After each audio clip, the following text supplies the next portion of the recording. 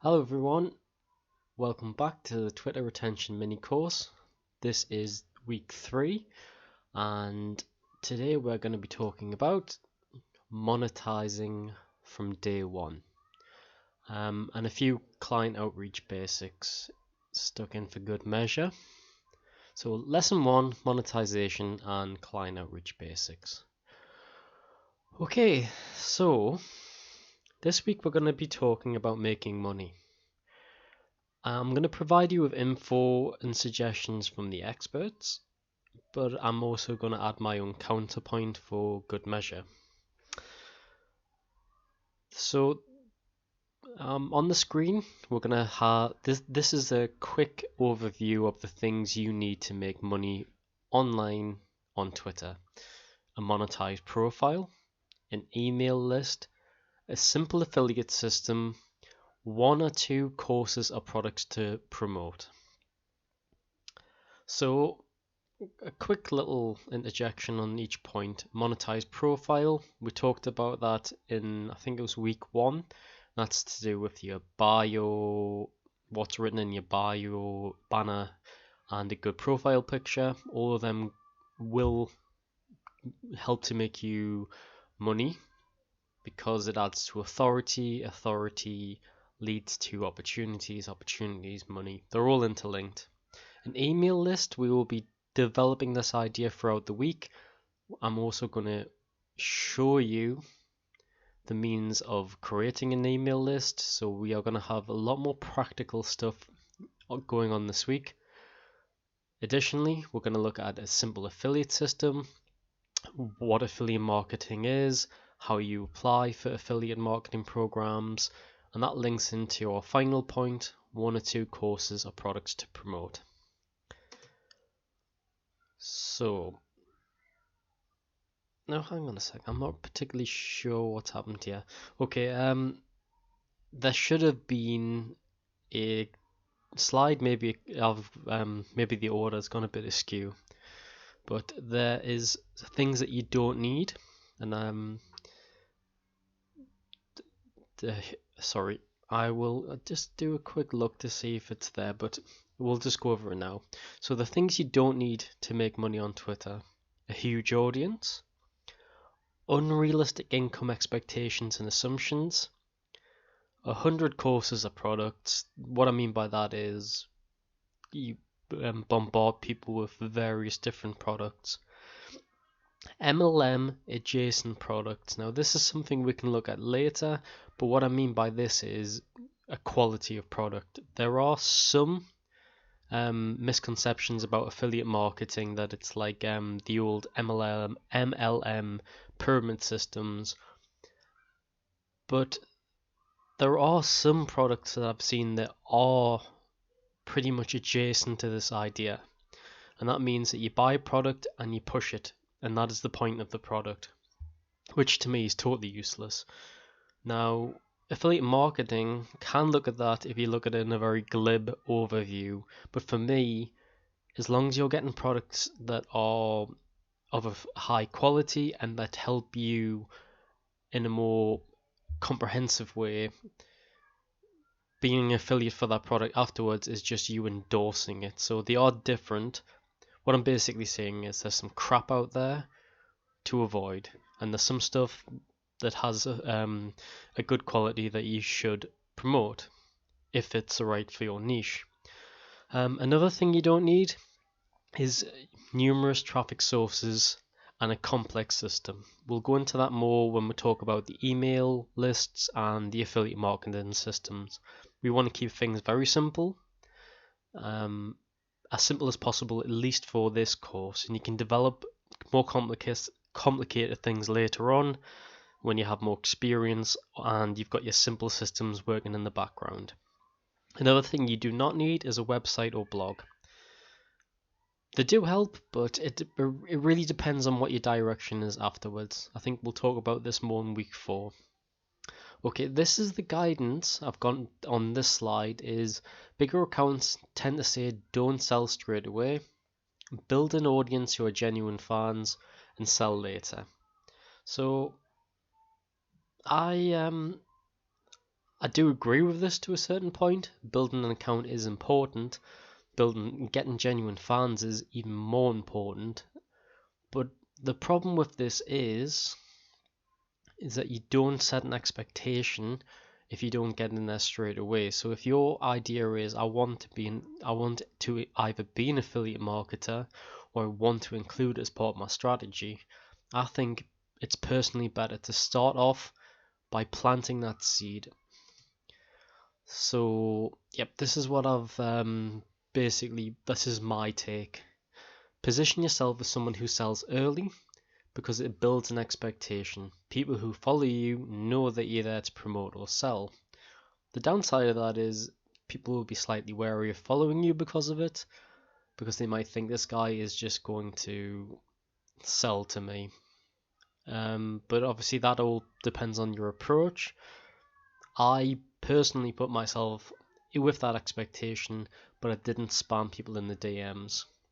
And I think this does, that your reputation does go before you, depending on how you act.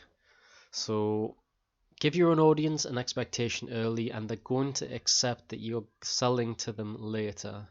So that's the way I view it, and it's slightly contrary to what bigger accounts are saying. But this, for me, it has worked so far because people do actually reach out to me to discuss the things I'm selling and the things that I use. So it hasn't put people off discussing that with me rather than going to them. So I also think that you should start an email list early so that you've got a large one when it is time to monetize. Okay, so this is the framework of a simple affiliate system. The one thing that you will see here is on the left hand side, it's the framework, and that's my example on the right. So let's look at the basic framework here. So we have a product, traffic, funnel, and our offer. So my example is the masterclass is a community I'm part of, and I was given an option to affiliate that from the start if you wanted, and I took that option. My traffic source is Twitter. My funnel, which basically means how I get people into a sales position, I did it with a lead magnet, which was a free Twitter report. And how I got that out to people, which was my offer, was an email list. This is just one example of a simple affiliate system. And as you can see, there isn't a huge amount to it. There are obviously things that you do within the framework. So with regards to traffic, what does that mean in terms of what you do on a day-to-day basis? You write tweets, you write threads, you can attach your links within those threads. You can attach links to your email list. You can attach links to your lead magnet, which is the one which would fit with the affiliate system that I am giving an example for here. The good thing about having these simple systems is if something's not working or you would like to complement something, the only thing you need to do is adjust something. So you could, if you wanted, you could take this system and go, I'm not keen on Twitter anymore. I'm going to replace that with Instagram. Or Masterclass is great, but I want to add something else. Out goes Masterclass. My subscriber list isn't really working, so maybe I need to change my lead magnet, and so on and so forth. So let's look at the salient points for this. Okay, you can sell at the traffic stage, which is what I mentioned about links on Twitter posts, but that's not sustainable, which is why we discussed the need to get an email list, because it is a more sustainable way of accruing income. And plus you always have access to this email list There may be some reason why in the future you lose your Twitter account, you could be suspended. It's unlikely, but in the event that that happens, you would lose all of your audience.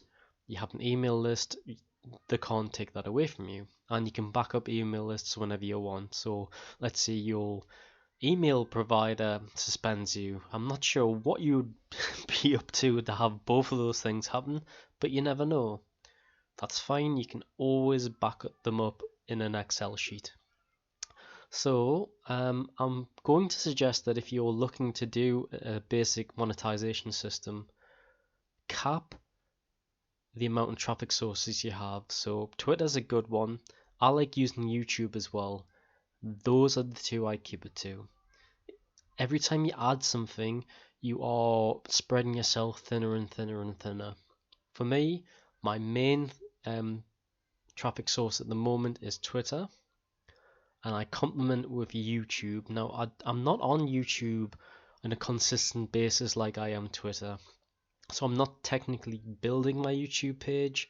It's building very slowly organically, but it really is a complement for my Twitter. So I'm also going to suggest capping affiliate promotions at 2. Ideally 1 to start with, but 2 if the two products work in tandem with your niche and what you're promoting. Again, if you add more and more and more, you're spreading yourself thinner and thinner and thinner. So your lead magnet we'll discuss, I think, in lesson 3 or 4. That's to get people into your funnel. And then when they're there, email marketing is a sustainable income method. And as I mentioned, you can swap out any part of this system if it's not working, or if you just like to experiment. Or in the future, maybe you just like to start a whole new system. The system you've got's working great, it's working in the background, it's low maintenance, you want to bring in another income stream, that's fine. You take the exact same system and you make some changes and it'll work just the same. So now let's go on to people who might not want to affiliate yet or ever. I'm not going to leave you guys out of the monetization thing because there are elements that you can take and repurpose. So I don't want to leave you out, but you're also not off the hook. I want you to think about the next period going forward. 3, 6, 9, 12 months, 2 years, 5 years, 10 years, if you want to really go into it. What is your long-term goal for Twitter? And why I'm saying this is, yes, you might not want to affiliate now, but if you want to do something in the future, you have to think about where the path to that is now. So let's say I don't want to start offering anything until I'm at 5,000 followers and yada yada yada. I still need to be working towards that point. So what I always think is, when you're doing something, it's always a good idea to leave clues or leave breadcrumbs, because people will pick up on the fact that, okay, he's been talking about this for a while, or she has been leading towards this point. It's not a surprise, they are just developing that idea. So that's why I think it's a good idea to position yourself in a certain way so that if you ever do want to start monetizing, it doesn't come as a complete shock. Your content should always be building towards that goal. I think a lot of people who are looking to do client outreach, this is a good idea for them because they are developing an authority in what they're posting about, but at some point they're going to be doing an ask, and that ask is going to be, would you like to become my client?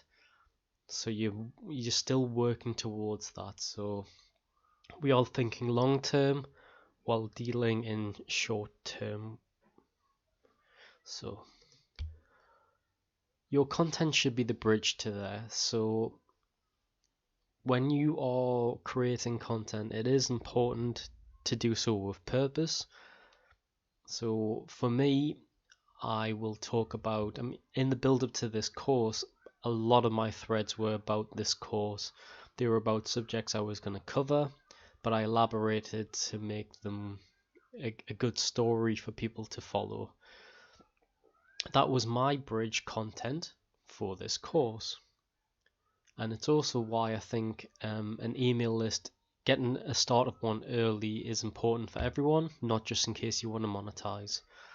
And you can repurpose and build on your tweets in emails. So if you're sitting there thinking, no, but I don't have any content to write about in emails, of course you do. You just take your tweets and you build on them, you repurpose them. And you want to build an audience from the start, even if you don't want to market to them, or if you don't want to market to them yet. I don't want you to overthink this, I just want you to start building. Don't do it in a pressured way, I have to get hundreds of subs. Don't worry about it. Just make sure that the foundations are in place now, so that there's something to build on later. I really regret not doing this earlier. I just want to put that in there. I wish I had started an email list a lot earlier. Never mind, that's hindsight for you. Okay, we're coming to the final point now, because today's lesson is more of an overview. The best thing for us to remember is to keep things simple. We don't want to become overcomplicated. We don't want to leave tangled web of affiliate systems where we are promoting way too many products and we almost don't even know what's happening with them. We need to be able to see how effective our Twitter work is. We need to have a vague idea of where our sales are coming from if we do manage to make them. Are they coming from our email list? And the way you can find that out is you know who's on your email list. If you make a sale and you can line the two up, you know that your marketing's working. You can also, if you look into the analytics, there is often a pathway through the analytics to see where people are coming from. So if we have a simple system, we can then look at the analytics and go, okay, A, B, C, this person came from YouTube, or A, B, C, they did not come from my email list, so they probably came from a direct sale from Twitter. So if you can focus on that one system, you're going to get the best results and you can analyze them. So I'm not 100% sure what's happened there. Do we have a random... and there he is. Things you don't need has decided to jump all the way to the back. Never mind, I'll put him back where he belongs. So that's today's lesson over with. We are going to now have a quick spin over to the action sheet. I apologize, you just went through all of my open programs there. So today, if you can familiarize yourself with the do's and don'ts that I just went through, what you do need and what you don't need, just to give yourself an idea of the things that will work and the things that people tend to overthink, and they start thinking, oh, I need a blog, I need a website, I need to do this, I need to do that. You don't. You can keep things simple and then tweak them at a later date if they're not working for you. So I want you to write a list of where you see yourself in certain increments, 3 months, 6 months, 9 months, etc. And this is just going to give us a good base point of how we can position our content as a bridge to get there in the future. So yeah, we are thinking long term and we are going to be crafting the content that pushes us towards there. So it's not heavy work. Today's action points are prep basically for us going forward, not just for this course but for the next 12 months. And that is it for today. I'm going to leave it here. As always, final point, do this when you have time. You have to do your ROI tasks first.